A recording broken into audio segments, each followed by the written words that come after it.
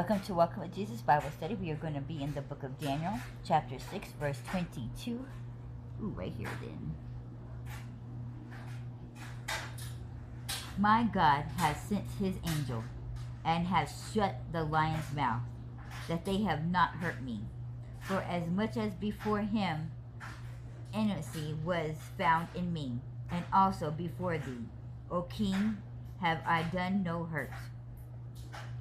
And I'm going to repeat that. My God hath sent his angel, and hath shut the lion's mouth, that they have not hurt me. For as much as before him innocency was found in me, and also before thee, O king, have I done no hurt. God is our refuge, our protection. Whatever we are facing, if it's overwhelming struggles, he protects us. He protected Daniel from the lion. He shelters us from danger as well. We should be thankful that God, who created the heavens and holds the earth in his hands, cares about us and is present through every struggle that we face. We can find comfort in knowing that we have nothing to fear. Nothing to fear. When Shadrach, Meshach, and Abednego, this is a fiery furnace. A furnace. Flames. One of the worst things they say that you can die is to be set on fire. Because until the fire has burnt up your nerve endings, you will feel every bit of that melting and flesh burning. There's a lot of people who's been burnt alive and has survived. It is excruciating pain. And yet they sit there and said with confidence, I know my God will save us from this fire. But even if he doesn't,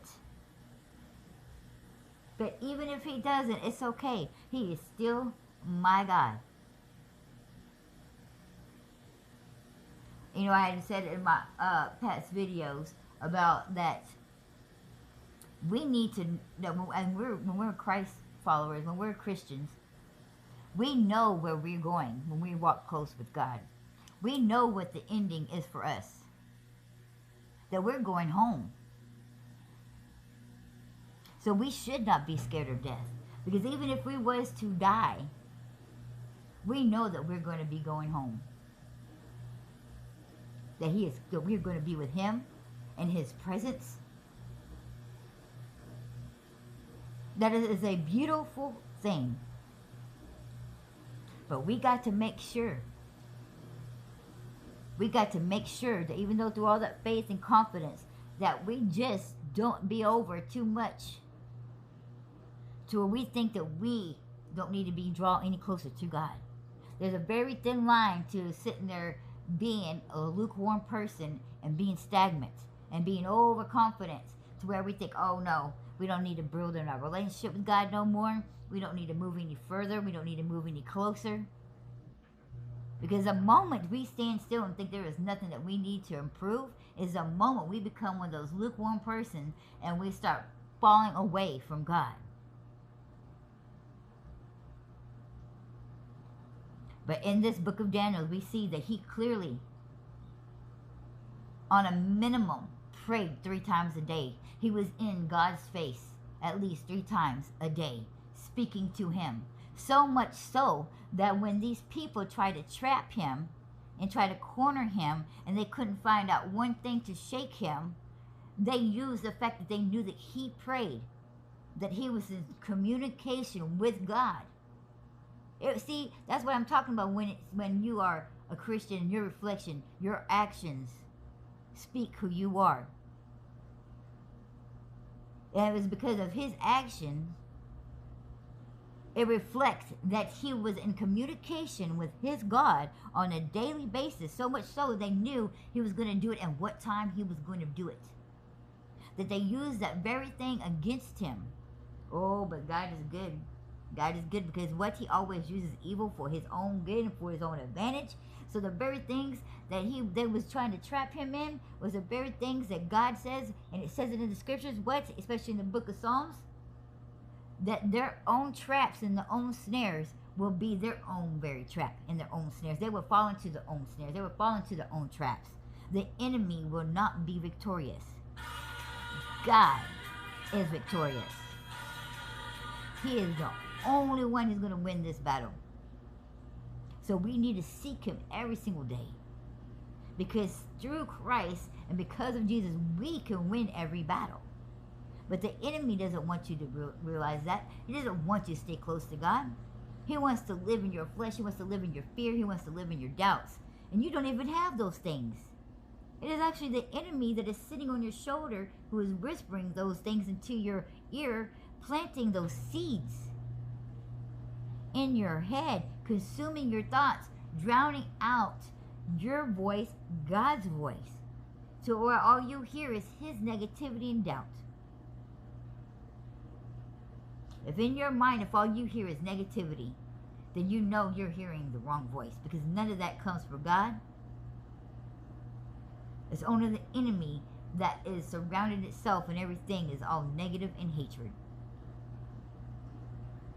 And nothing else.